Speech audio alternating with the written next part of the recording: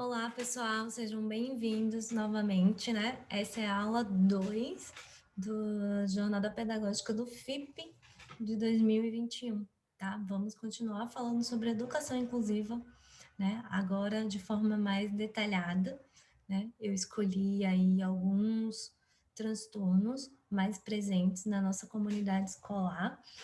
Vamos falar um pouco sobre as dificuldades de lidar com esse público, né? Com essas situações e também eu vou trazer algumas dicas, algumas estratégias possíveis aí de acordo com cada caso, tá?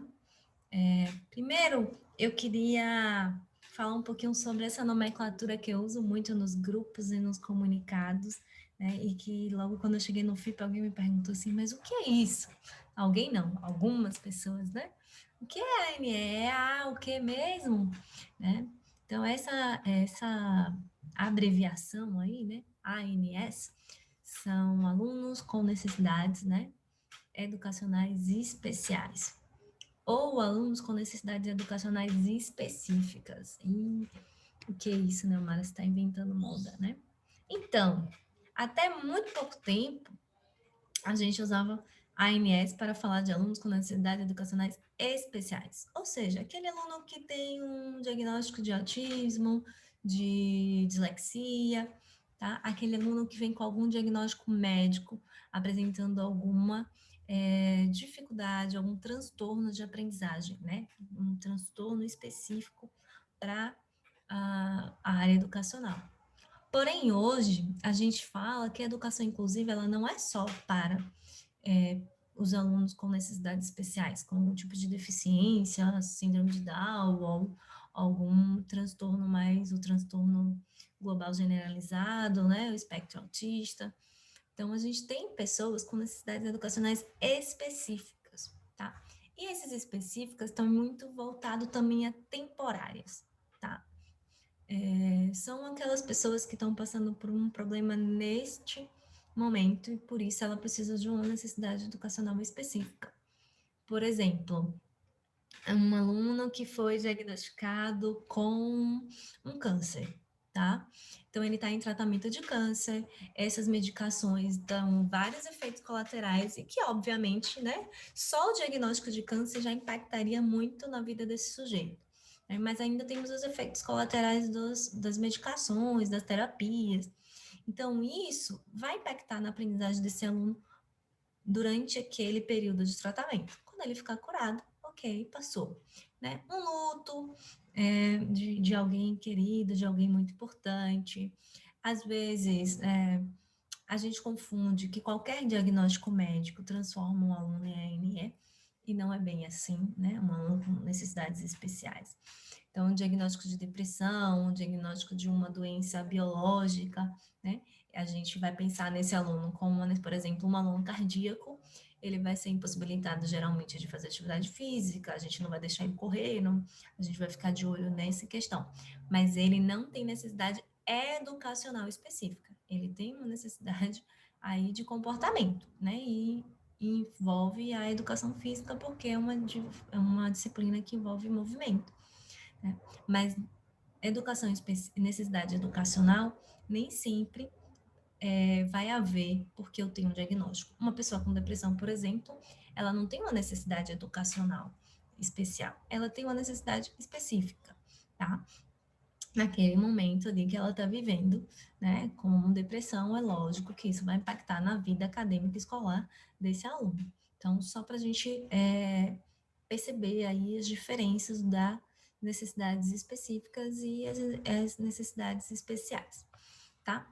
E aí, a gente pode dividir esses alunos em três grupos, né, em três grandes questões aí. A gente tem alunos com dificuldades ou problemas de aprendizagem, tá? A gente tem alunos com transtornos de aprendizagem, né? Que aí vem um diagnóstico médico, geralmente. E a gente tem alunos com deficiências, transtornos globais e síndromes. Bom, quais são as diferenças, né? Então, um aluno com dificuldade ou problema de aprendizagem, ele tem um comprometimento no desempenho escolar. né? Geralmente devido a questões sazonais, ou seja, é algo temporário, referente ao comportamento, à saúde, a problemas familiares. Algo está acontecendo na vida daquele sujeito durante esse período que está impactando o desempenho escolar dele. Isso não quer dizer que seja para sempre, né? Às vezes se resolve sozinho, às vezes vai precisar de uma terapia, alguma coisa, né? Mas não é um transtorno, não é uma doença, tá? O nome transtorno, ele foi criado justamente para evitar a palavra doença, porque os transtornos geralmente são aí,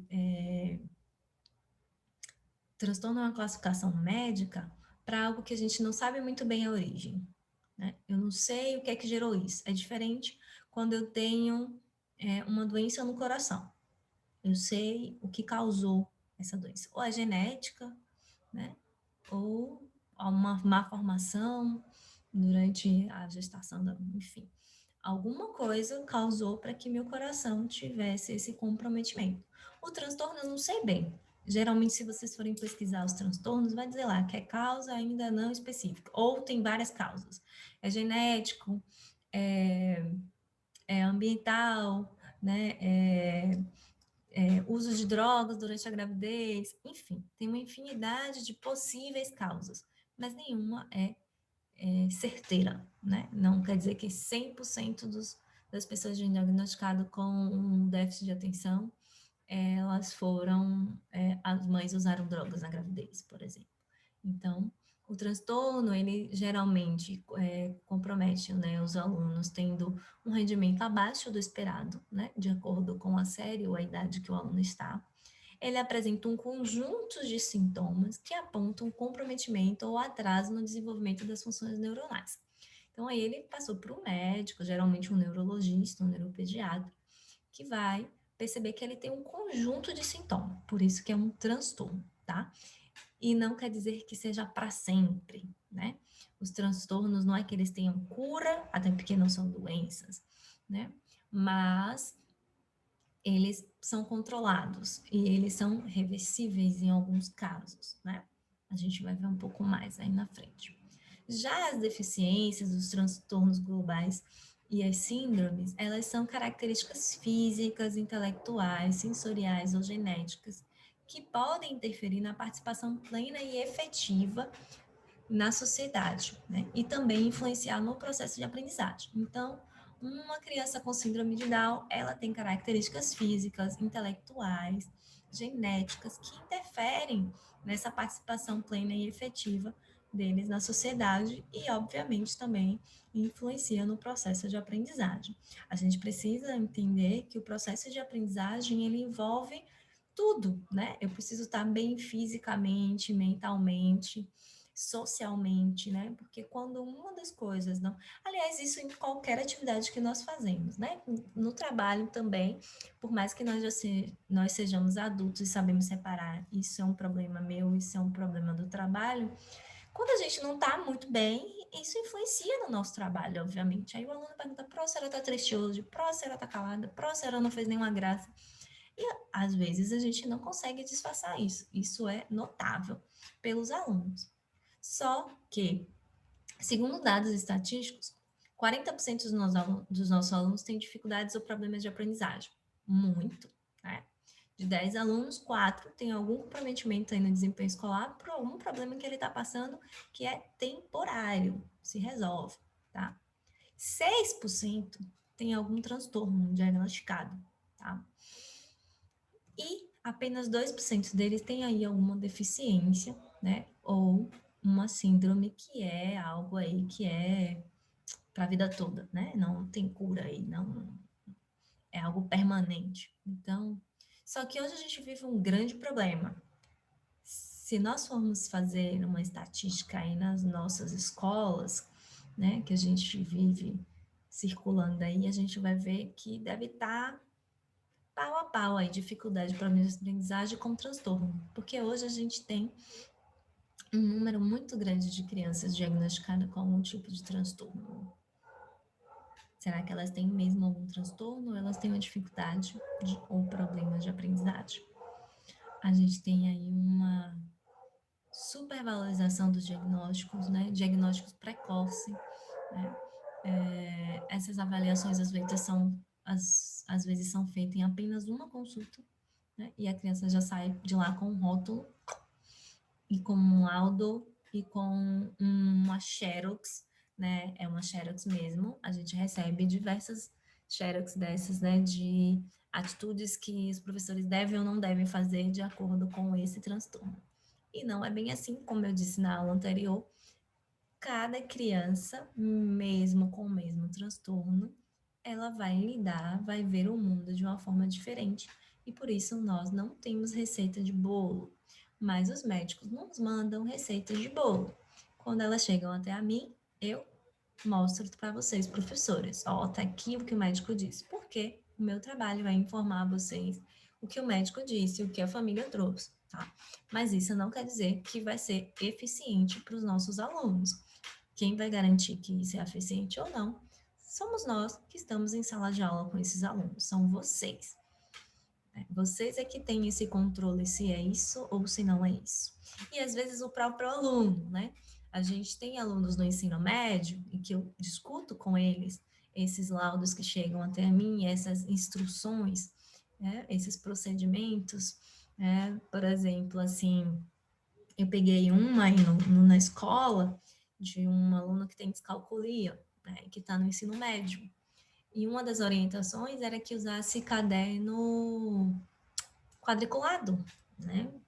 Caderno quadriculado a gente usa na educação infantil, nem no Fundamental 1, talvez a gente use mais, né? E o próprio aluno falou assim, não preciso disso, né? Eu tenho descalculia, mas eu sou super organizada, eu não preciso usar esse caderno.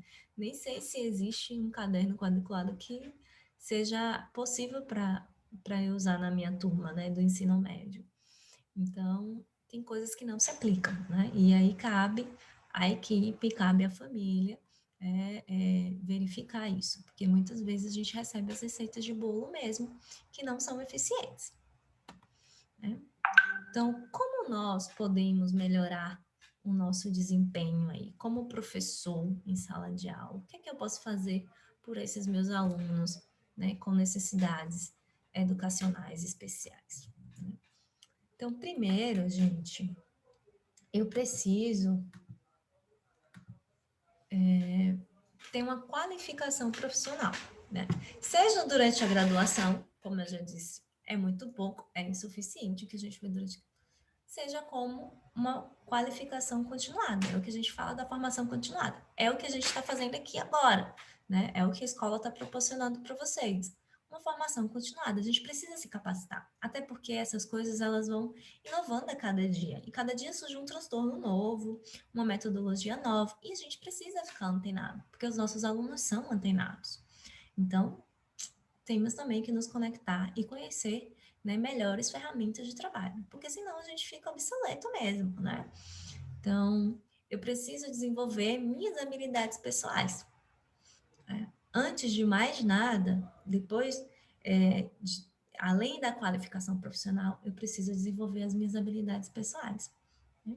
Eu preciso ter atitudes e sentimentos favoráveis ao desenvolvimento e aprendizagem dos meus alunos. Se eu não acredito nos meus alunos, ninguém vai acreditar. Lembre que esse aluno geralmente tem uma autoestima extremamente fragilizada, ele não acredita nele mesmo. Então, se o professor também não acredita, que geralmente o professor é essa figura de encorajamento para os alunos, né? Se a gente soubesse o poder que a gente tem de influenciar os nossos alunos, a gente teria mais cuidado com isso.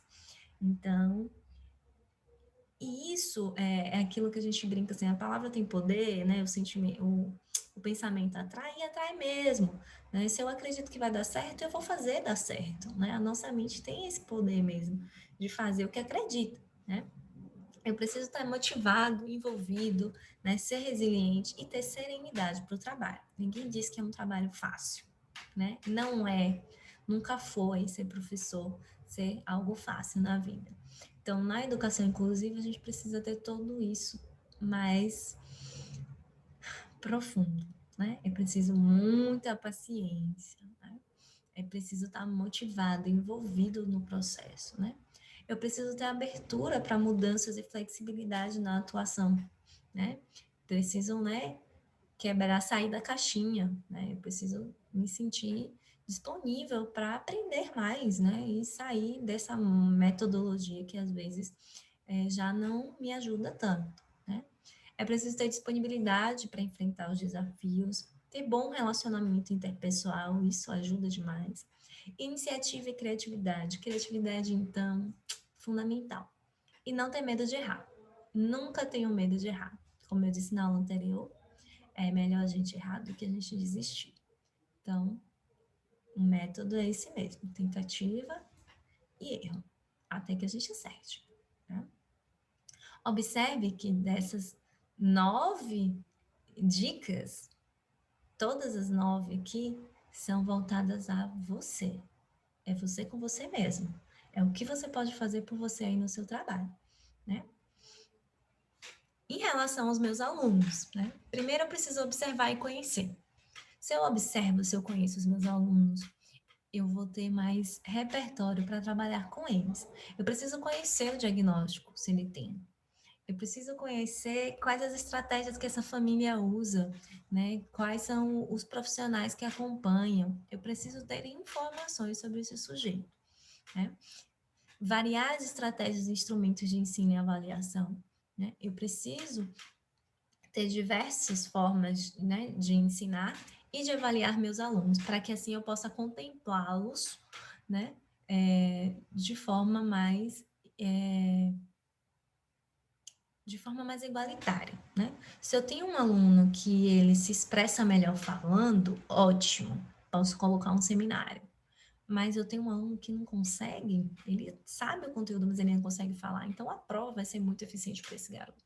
Então, é preciso que a gente meça, assim, a gente coloque na balança que instrumentos de avaliação eu vou usar. E a gente diversifique isso. Eu vou fazer seminário, eu vou fazer projeto, eu vou fazer prova, eu vou fazer redação, eu vou fazer uma peça, porque a gente tem diversos seres aí com competências e habilidades diferentes.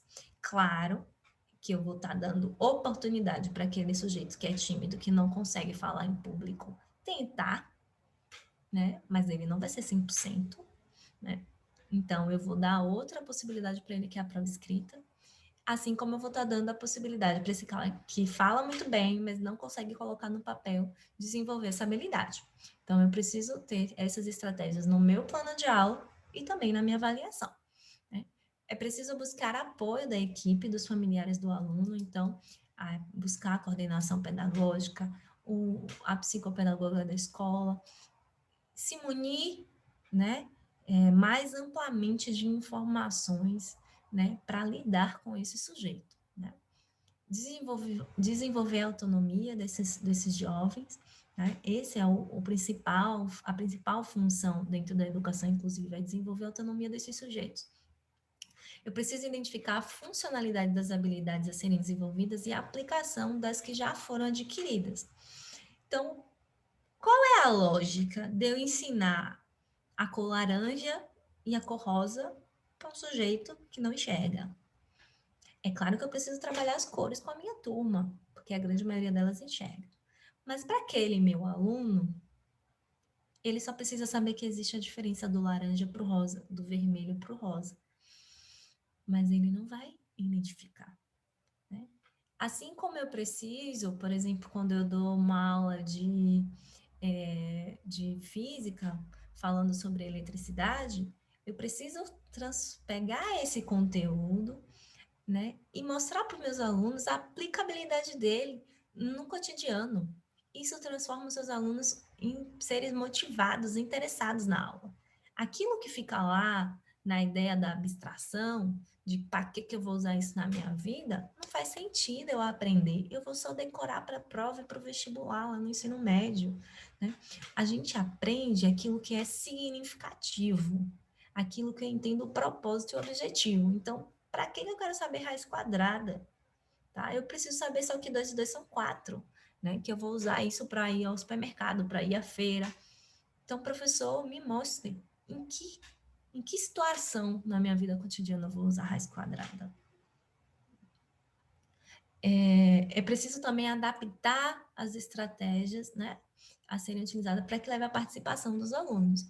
Então, sempre pensem se os seus alunos vão querer participar dessa atividade. Bom, eu vou propor, sei lá, o jogo da forca hoje no quadro. Será que meus alunos vão se interessar por isso? Será que é algo muito criança para essa turma? Então, é preciso propor coisas, pensar de acordo com o perfil da sua turma. Então, são 3 passos aí, né? É a autoavaliação para melhorar o nosso desempenho, né, como docentes, né? E docentes preocupados com a educação inclusiva. Então, primeiro eu preciso me autoavaliar, saber como eu estou, se eu estou pronto ou não para encarar isso, né? E como encarar. Segundo, eu preciso conhecer o meu aluno, conhecer o que está por trás daquele rótulo do diagnóstico que chegou para a escola. E terceiro, eu preciso proporcionar adaptações. Eu preciso transformar a aula em algo extremamente funcional. Se não tem funcionalidade, se não tem aplicação na minha vida real, não faz sentido eu querer aprender isso. Tá? Bom, eu escolhi, tá? A gente tem diversos transtornos, diversas síndromes, que eu poderia ficar aqui uma semana conversando com vocês. Eu escolhi 3, tá? Mas eu vou fazer um resumo muito simples aqui do que é, como é, e mostrar para vocês algumas estratégias que podem ser eficientes na sala de aula. Isso não quer dizer que essas estratégias vão funcionar para todas as pessoas com esse diagnóstico, tá, gente? Como eu disse, não há uma receita de bolo, mas são estratégias aí para ajudar vocês a pensarem e refletirem em cima daquele aluno que você tem em sala de aula. Então, o primeiro que eu trouxe, eu acho que é o mais comum na nossa escola, né? Que é o TDAH, o transtorno de déficit de atenção e hiperatividade, né?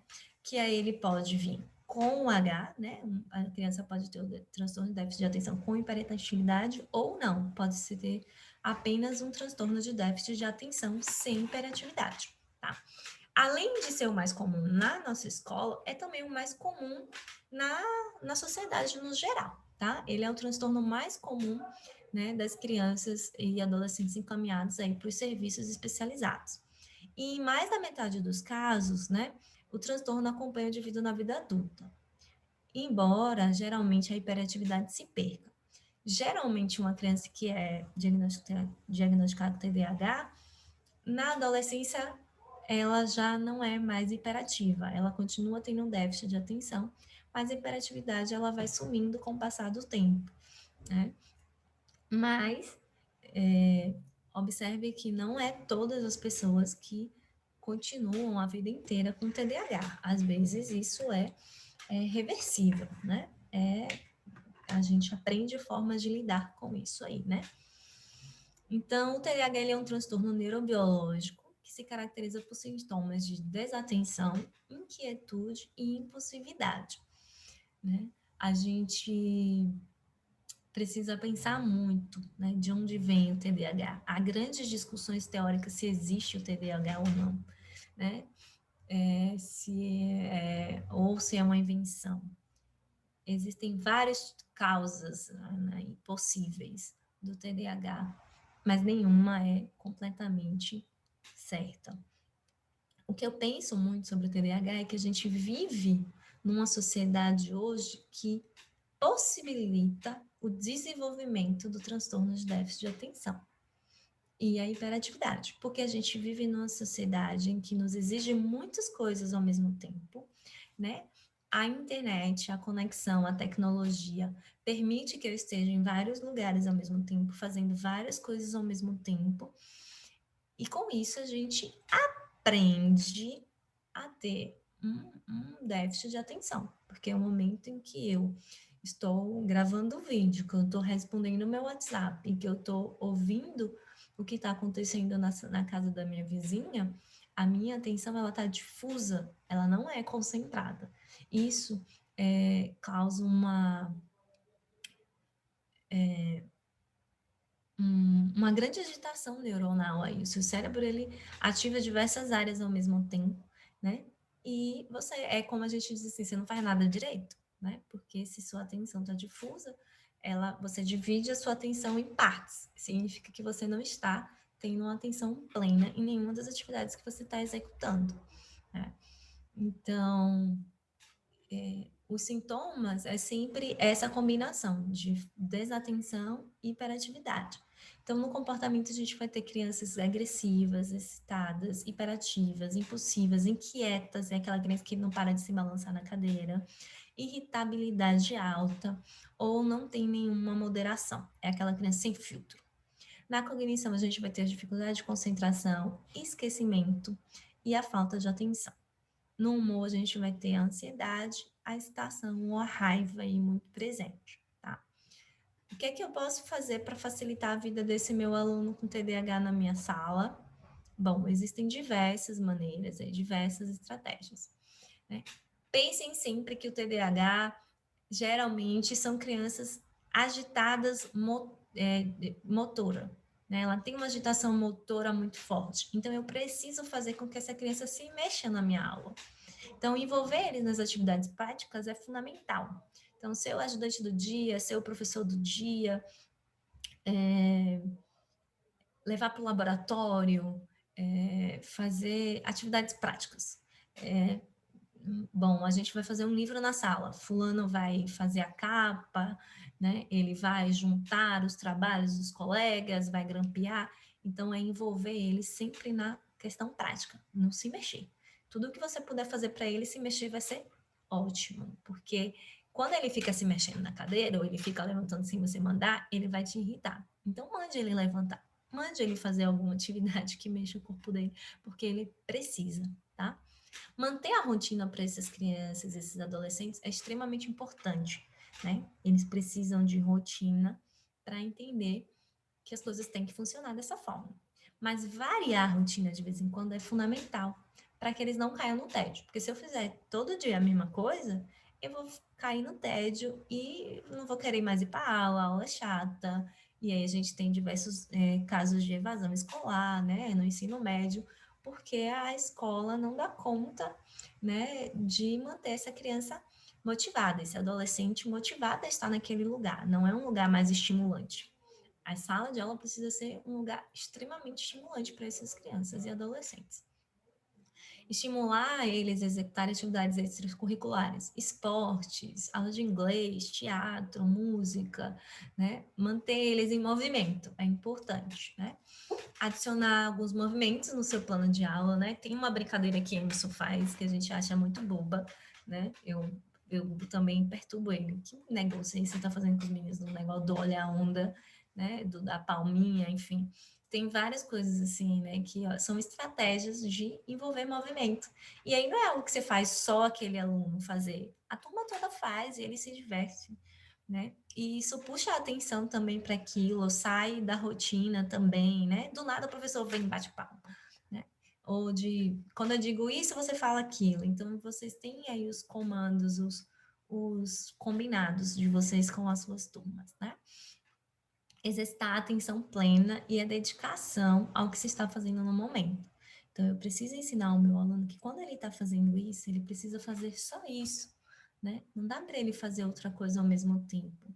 Isso é muito difícil para eles fazerem, requer muita paciência do professor, mas é aquilo de repetir todo dia para eles.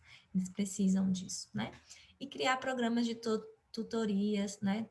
Tutores ou grupos de estudo, né? Fazer com que essa coisa assim de um aluno ser tutor do outro, esse trabalho que a gente tem de monitoria também é muito legal, porque aí ele tem um parceiro, né, que ajuda ele nessas dificuldades aí, das disciplinas que ele tem mais dificuldade. Geralmente, o que pega mais são as disciplinas de exatas, né, porque exigem mais atenção. Esses alunos geralmente falam muito bem, mas já não compreendem tão bem assim o texto, porque tem dificuldade de atenção na leitura, mas geralmente os principais problemas vêm na área de exatas, na atenção de fazer os cálculos, né? Bom, o TOD, né? O transtorno opositor desafiador também tem surgido muito, né? É um transtorno extremamente novo aí, se a gente for pensar. Ele aparece tem muito pouco tempo, também é um outro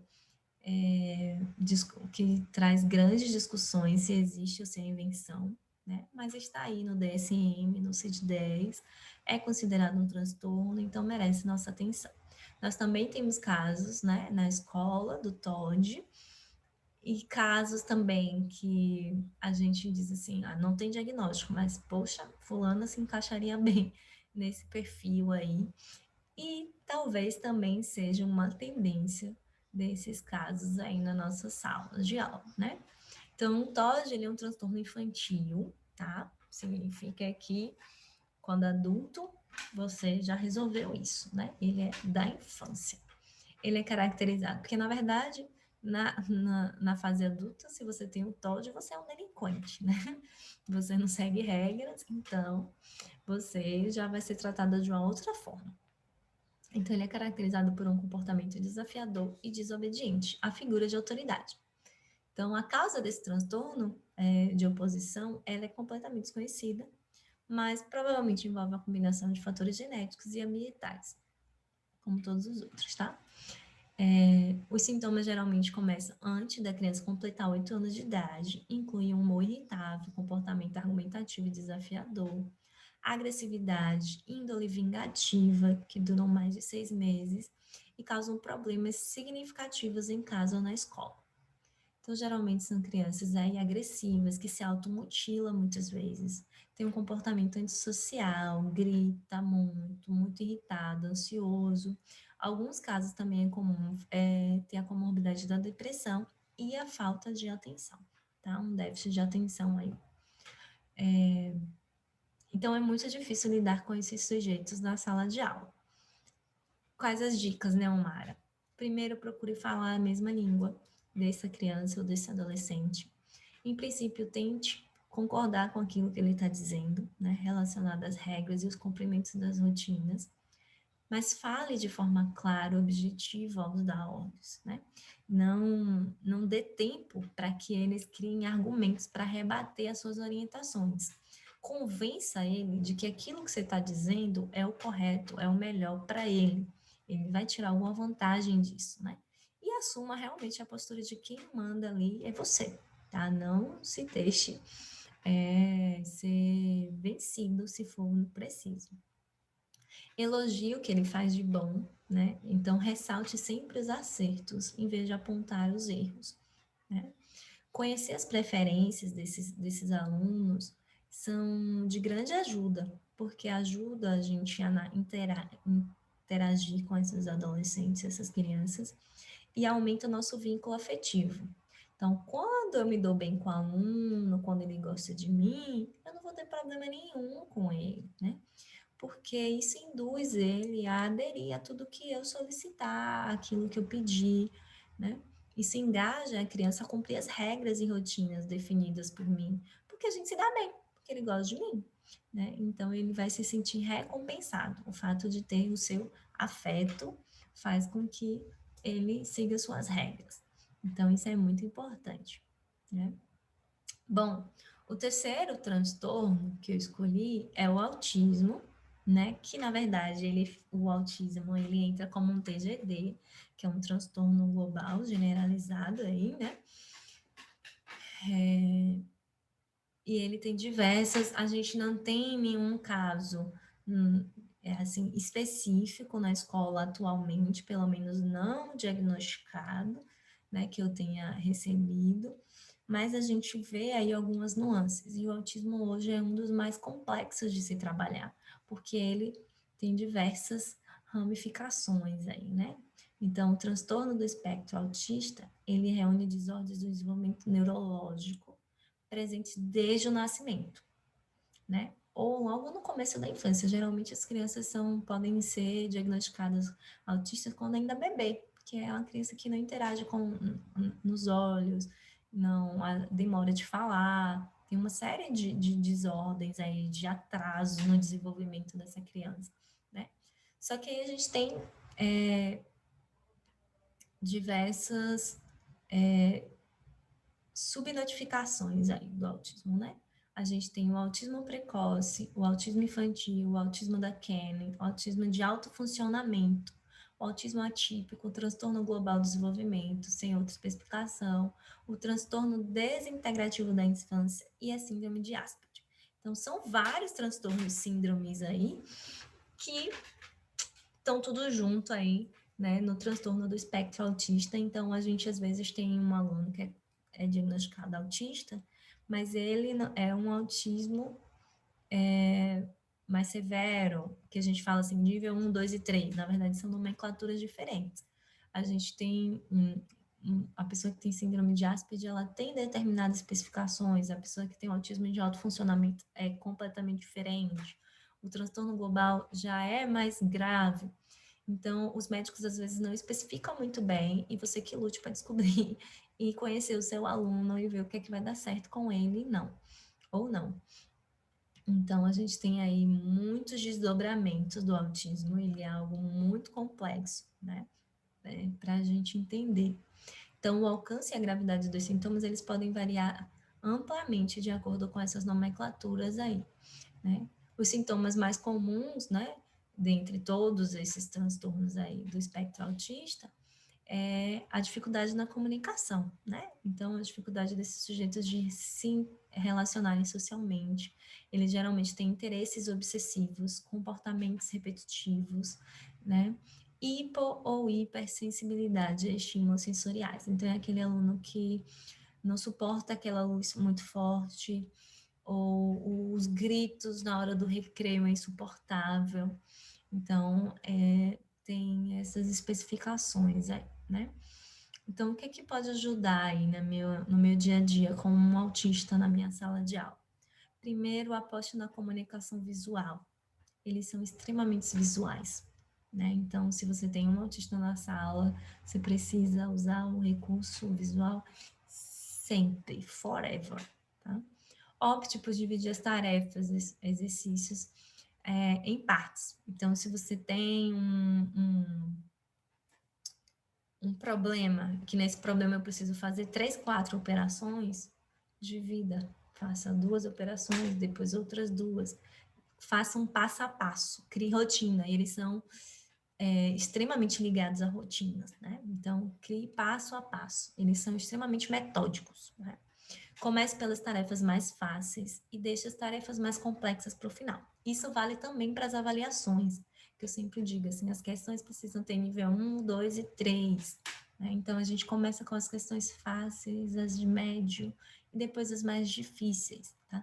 Isso é bom não só para os alunos com autismo, né? Mas para todos os outros, porque você coloca uma questão difícil no começo da prova, o aluno não consegue fazer, ele já vai com a autoestima lá para baixo, ele já bloqueia tudo e ele já não consegue fazer mais nada, embora as outras questões estejam mais fáceis. Então, quando a gente organiza a prova dessa forma, você vai respirando, porque é só a última que eu não consegui fazer, essa é muito difícil, tudo bem, eu consegui fazer as outras 9 questões. Né? Forneça sempre instruções claras e diretas. Use palavras concretas. A grande maioria das crianças autistas, elas têm dificuldades com metáforas, com essa coisa, é modo de dizer, né? Elas não entendem isso. Eles entendem tudo literalmente. Então, não façam piadas com duplo sentido, não usem metáforas, evitem o máximo, tá? Porque eles não compreendem, eles não conseguem compreender isso. Preveja e antecipe as mudanças na rotina. Gente, se na semana que vem não tem aula porque é feriado dia tal, comece a avisar desde já. Se na semana que vem você não vem, você vai mandar um professor substituto, avise, repita várias vezes, né? Então, sempre preveja e antecipe as mudanças na rotina. Vocês não fazem ideia do quanto a pandemia impactou essas crianças. Observe a ocorrência de sobrecarga sensorial. Então, observe se na sala tem muita luz, tem pouca luz, tem muito barulho, né?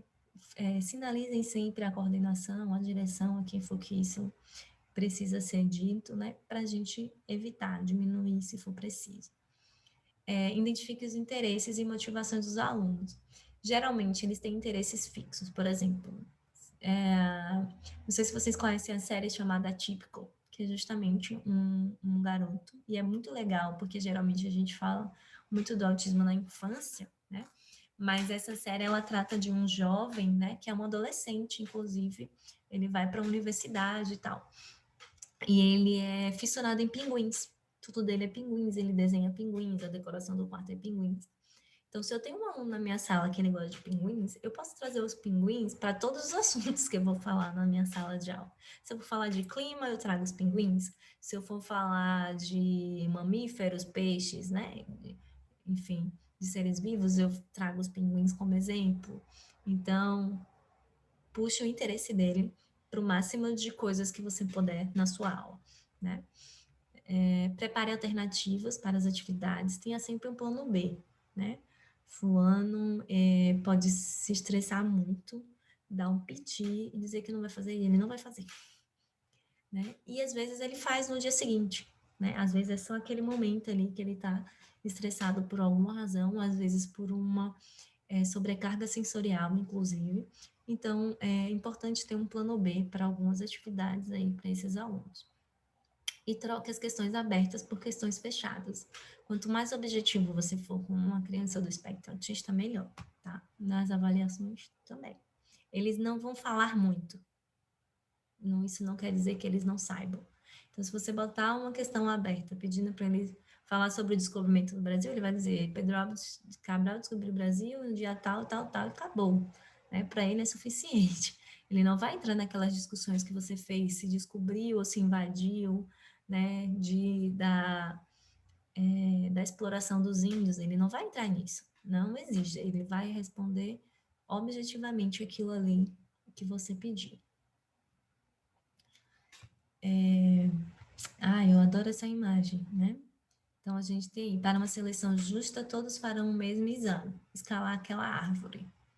Como que eu vou pedir para seres completamente diferentes escalar a árvore e dizer que é justo?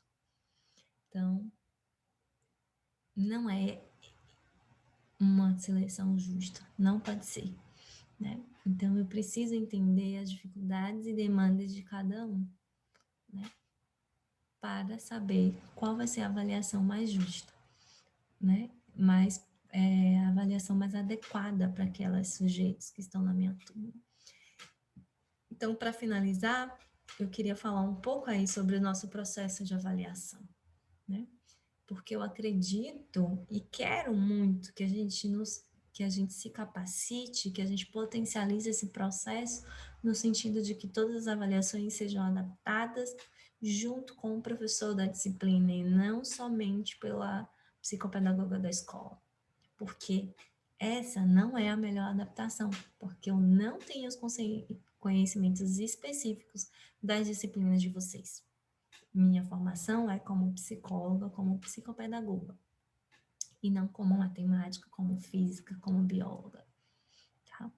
Então, eu espero muito que a gente consiga fazer isso em breve, né, de termos esse momento de fazer as adaptações juntos, pensando em cada sujeito, em cada especificidade, tá? Então, essa avaliação, ela deve ser um processo complexo, capaz de mexer com a autoestima, né?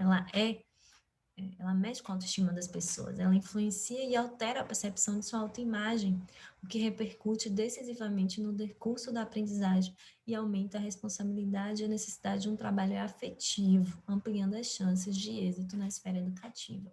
Então, não adianta eu querer, vou botar a prova para me vingar dos meus alunos. Isso não é uma avaliação, isso é uma vingança, né? A avaliação é para que a gente avalie o que de fato o sujeito conseguiu absorver das nossas aulas, né? E a partir dessa avaliação, eu sei que meus alunos acertaram mais essa questão do que a outra. Então, eu preciso trabalhar mais o verbo to be do que os adjetivos, né? Então, e com as provas online, a gente pode fazer isso de forma mais tranquila, porque o Google Forms já não dá pronto lá, né? Quantas pessoas acertaram cada questão.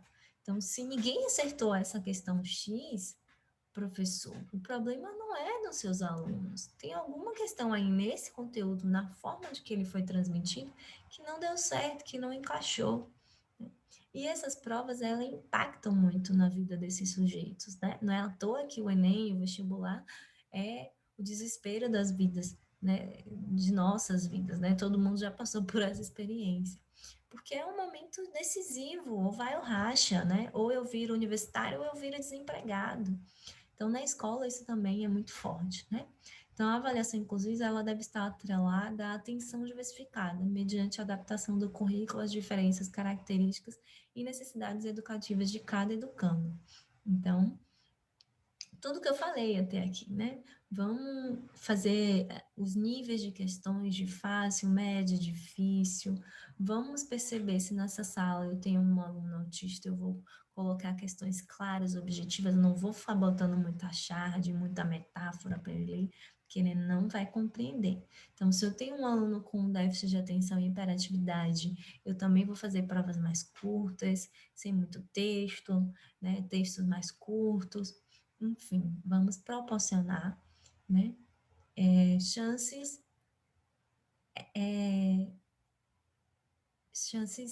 equalitárias para todos esses sujeitos, né, para que todos possam desenvolver, né, mas também apresentar suas habilidades durante essas avaliações, né.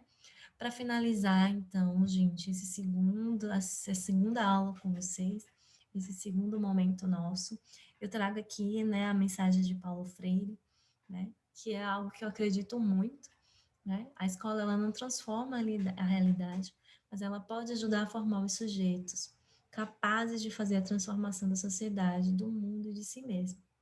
Então, nós não mudamos o mundo, nós fazemos com que os sujeitos possam se transformar, né? Nós possibilitamos aos nossos alunos essa chance de mudar as suas vidas, de mudar o mundo, né? De mudar a sociedade que elas vivem.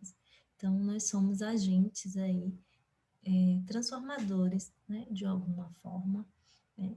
E para isso a gente precisa estar sempre nos transformando, né? Porque a realidade ela vem mudando a cada dia e de forma desenfreada, né? É muito rápido as mudanças sociais.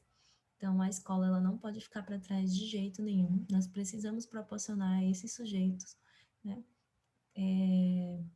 Ferramentas suficientes para lidar com as mudanças aí do mundo, para que assim eles consigam se transformar e transformar o mundo em um lugar melhor e mais bonito, né? Então, muito obrigada a todos vocês. Desejo a todos aí boas festas, bom final de ano, bom descanso, que 2021 seja um ano muito mais tranquilo, né, para todos nós, que possamos fazer da educação sempre o melhor lugar do mundo, né? E proporcionar aí sermos esses agentes transformadores, de fato, de nossas vidas, primeiramente, dos nossos alunos e, consequentemente, do nosso mundo, tá? Um beijo para todos vocês, se cuidem, tá? Um beijo.